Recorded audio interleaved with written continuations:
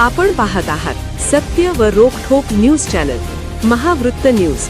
आवाज तुमचा, ताकद आमची. करणाऱ्या माजी सैनिकांना न्याय देण्याच्या ऐवजी त्यांना भाडोदरी गुंड घालून त्यांच्यावर मारहाण करण्यात तेही पोलिसांसमक्ष हे बाब अत्यंत गंभीर आहे. एका बाजूला माजी सैनिकांचा आम्ही सन्मान करतो असं म्हणायचं, सैनिकांचा आम्ही सन्मान करतो असं म्हणायचं, जय जवान जय किसानच्या घोषणा द्यायच्या आणि जे सैनिक सीमेवर तळहातावर शिर घेऊन लढतात आमच्यासाठी, आम्हाला सुरक्षित राहण्यासाठी म्हणून त्यांच्यावरच मारहाण करणे हे अत्यंत कृतज्ञपणाचं लक्षण आहे आणि याचं शासन निश्चितच झालं पाहिजे.